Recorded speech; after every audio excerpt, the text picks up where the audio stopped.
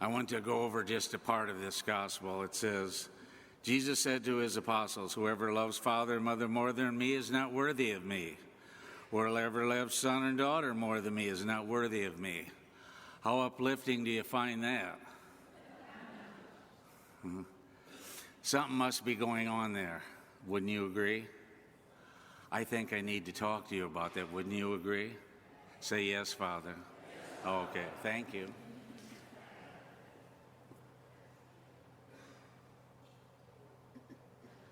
Whenever we hear in the gospel such strong stuff, there is always the background, the situation. And there's a term that we use in Scripture, those of us who've done the study, and it's called the Sitzenleben. And it simply means that everything in the gospel has its own situation that surrounds it. And in order to understand the gospel, we have to know something about the background, and that's why I'm here. So the background is this. There obviously in the community he was speaking to, people who had lost their balance. They perhaps were saying things like, well, you know, I got to take care of the kids, so I can't do this stuff. I can't get to services because, you know, I have to do some work. So finding excuses. So what Jesus is doing, he's calling them back to a balance. And he's simply saying, if you start out with the Lord, put yourself in his presence, no matter who you are, him or her, is that you will come to a better balance in your life so that it will flow along well. Because family is important. It's the basis of our society. And in order to keep that family together, we need the God who helps us, because we live in a world that is ever changing and our circumstances are ever changing. So as we go through our life, we need to be able to keep that balance, and especially if there are difficulties going on.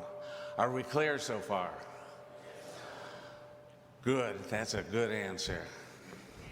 All right, that's really important for you to understand. So this particular week, you say to yourself, I look at my particular life and I seek a balance that is there. And if I've been over on one side or another, then I need to adjust that. But also part of the deeper insight here is that sometimes our life will be out of balance. What throws it out of balance? We can have a job loss in the family. If you want to have something that will derail the happiness of somebody, have them be fired from a job. You agree? I've never been fired, but I sure felt like it. Now, the other part of this process is this. As we go throughout our life and seek our balance and seek for a deeper understanding of God and what he is telling us. Now, I want to ask you an important question. Important question. He says, take up your cross and follow me. Can anyone give me an idea what that means? We're talking about a metaphor, right? We're talking about a metaphor. Do you know something that's extremely interesting about that phrase? Would you like to hear it? Are you sure? I use that phrase from my cousin Vinny, where during that stuff he says, are you sure? Okay. Jesus had not died on the cross yet, and yet he is using the phrase, pick up your cross and follow me. Did you ever think about that? He has not yet died on the cross. Yet, pick up your cross and follow me.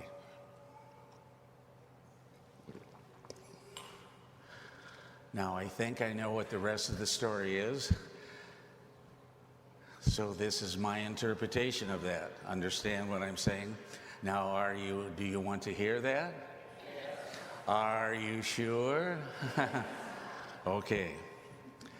Let me step aside from that and let's take the car. Does anybody here have a Cadillac? Would you mind holding up your hand? Don't want to admit that. Oh, she does?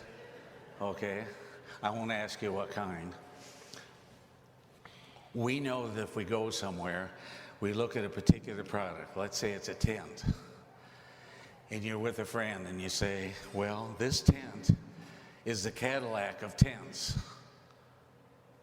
Do you understand the metaphor here? This is a Cadillac of tents. Or it could be a motorcycle. It could be a bike. It could actually be a Cadillac. Okay, that's the metaphor. Now, the next piece of historical information. I'm going to have Lisa help me here a little bit. Do you have your phone with you today? This is my new show and tell way. All right, what's your person's name in there? Is her name Sherry or whatever her name is? The person in your phone when you ask them a question? Yes. Yeah. Yeah. Yeah, I have some curmudgeon on my phone. I don't know, Sari doesn't want to come to my house. All right, on there, ask Google. That's an interesting name. Sounds like you're drooling, doesn't it? Ask in there, how long were the Holy Land captive by the Romans? How long were they captive? Yeah, just take your time. We're going to be patient here. You'll get home sometime this afternoon. Did you get it? All right. How long were the Romans conquering the Palestinians? How long did they conquer them?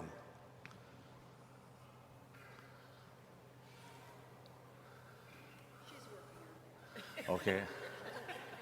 She's probably not Catholic, that's the trouble. If I'd have gone to the Catholic source, we'd have had this in a minute.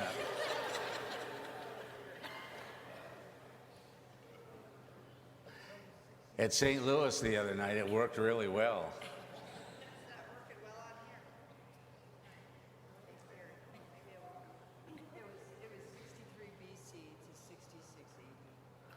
And so how long is that?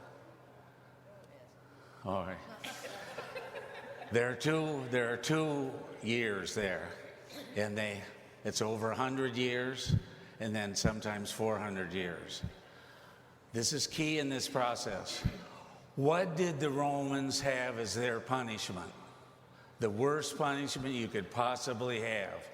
I appreciate your effort. What? The crucifixion. That was their worst punishment. Now, do you see how this could develop?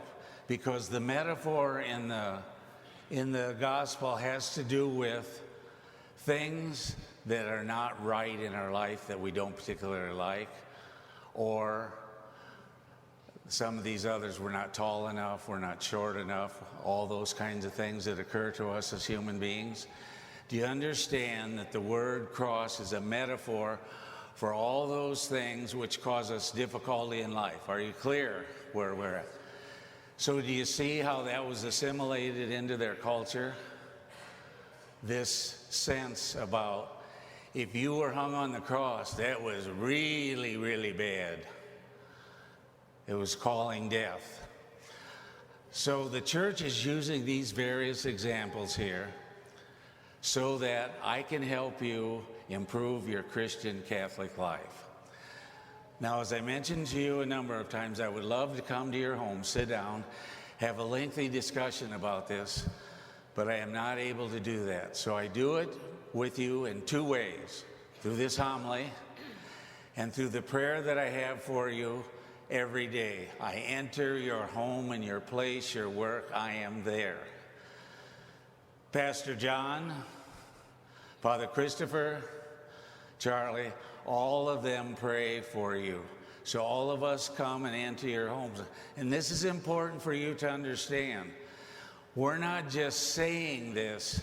This is how we are able to enter your home. And so if I would enter your home, I would encourage you then to take a look at this particular story today and understand what it means by the cross. So it's all of those things in our life that cause us discomfort, including something like death, like the cross you see that the Romans had as the worst punishment. Now for me, and I'm going to give myself as a personal example, and I think you'll get this. You know what a chalkboard is? In the old days, the slate ones. Did you ever have anybody take their hand like that and run it down the chalkboard? Do you feel that? I could hear that all day rather than clean up my house. I hate house cleaning. And I get up in the morning and sometimes say, who is using my house? It can't be that dirty. And stuff around, and I said, I thought I was better at this, so I don't like this. So through the spiritual readers, they've taught us, take that particular issue, something I don't like, and I probably never will like it, but do it with a smile. Now, if you saw me walking around the house doing that, because I was doing it yesterday, you'd see a pasted smile like this. I'm not quite there. But the purpose of this is it deepens our life with Christ because we're willing to put up with something that is not correct in our lives. So what I'm asking, you take a look at your particular life, and you always start personal, in your own home, neighborhood, wherever you go in your place of work. All of those places is where you are, where the challenge is to do one loving act at a time. Because these are the things that get in the way, the things that we don't like to do and that cause us harm. That gets in the way of us doing one loving act after another. And if we can reduce it by one, then later on you'll find out you can take on another one. Our life gets better, fuller, and deeper. Is that clear to you? So this week, 2 things for your homework. First is, understand what the balance is, but also understand that sometimes we do not have balance, okay? The second thing is take a look at your life, take a look at something like cleaning. Oh, I always wanted to tell you about that lady on TV. They says she's getting ready to mop her floor, and she says, what do you like better than mopping a floor? And she says, anything. Okay, that's me. So take issues like that, pick it out, and do it. It seems so simple. It seems so simple, but this is key for us.